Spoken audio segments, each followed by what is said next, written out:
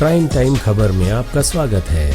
Covid महामारी की पहली और दूसरी लहर में अधिकतर लोग अपना बहुत कुछ गंवा चुके हैं। दुनिया भर में लाखों करोड़ों लोग हैं जो खौफ और अंधकार में भविष्य के बीच जी रहे हैं। कोविड ने इनकी पूरी जिंदगी को तहस नहस कर डाला है। ऐसा मंजर समूची दुनिया का है।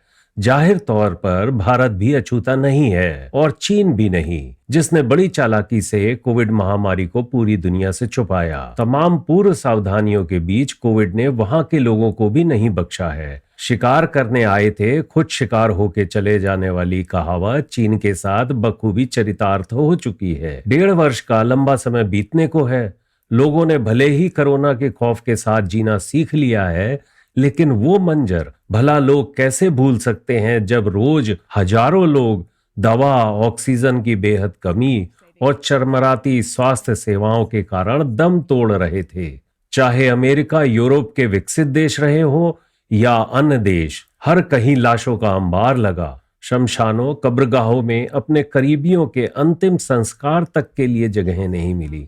जो लोग वायरस के हमले से बचे रहे या बीमार होकर ठीक भी हुए, वे कई तरह के मनोवैज्ञानिक बीमारियों और समस्याओं से जूझ रहे हैं। कभी कभी तो वे इतने तनावग्रस्त हो जाते हैं, आत्महत्या तक करने की सोचने लगते हैं। पिछले दिनों उड़ीसा में 50 वर्षीय एक व्यक्ति ने पहले अपनी पत्नी और 20 वर्षीय बेटी को मार डाला और फिर खुद को भी समाप्त कर लिया। वह शख्स कोविड के कारण 1.5 साल पहले नौकरी गंवा चुका था और घर के खर्चे चला पाना उसके लिए मुश्किल हो गया था। जब उसे लगा कि वह अपनी बेटी को आगे नहीं पढ़ा पाएगा, तो उसने धैर्य खो दिया और सब कुछ खत्म कर डाला।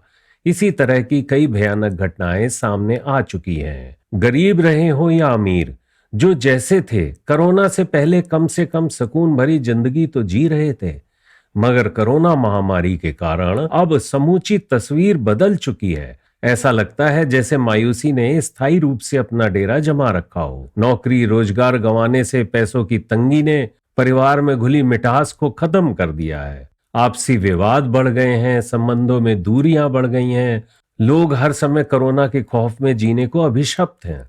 मुंह पर मास्क, 2 गज की दूरी के बीच हमारी जिंदगी सिमटती जा रही है। कोरोना के शिकार अधिकतर लोग जिंदगी से डिप्रेस हो रहे हैं। इस डिप्रेशन से छुटकारा पाने के लिए मनोवैज्ञानिकों का कहना है नियमित रूप से योगा, एक्सरसाइज, मॉर्निंग वॉक आदि करना चाहिए और कोशिश करें कि ज्यादा अकेले ना रहें। परिवार के सदस्यों के साथ अधिक से अधिक समय बिताने का प्रयास करें, जिससे कि परिवार के सदस्यों का भी मनोबल बढ़ेगा और नकारात्मक सोच से भी बचेंगे। अच्छा सोचें। जो भी आपके विचार मन में आते हैं उसको लिखने की कोशिश करें। आप भविष्य में क्या अच्छा चाहते हैं वह भी लिखें। आप यह जानना भी चाहते होंगे कि इस महामारी में चीन के भी लोगों का क्या हाल है।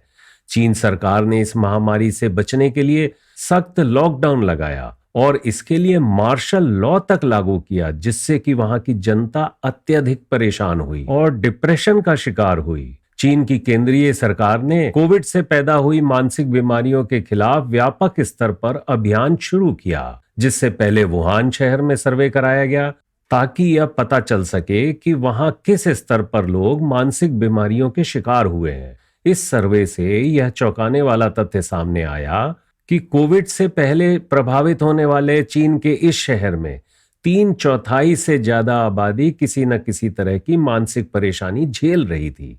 इस तथ्य ने चीन सरकार के कान खड़े कर दिए।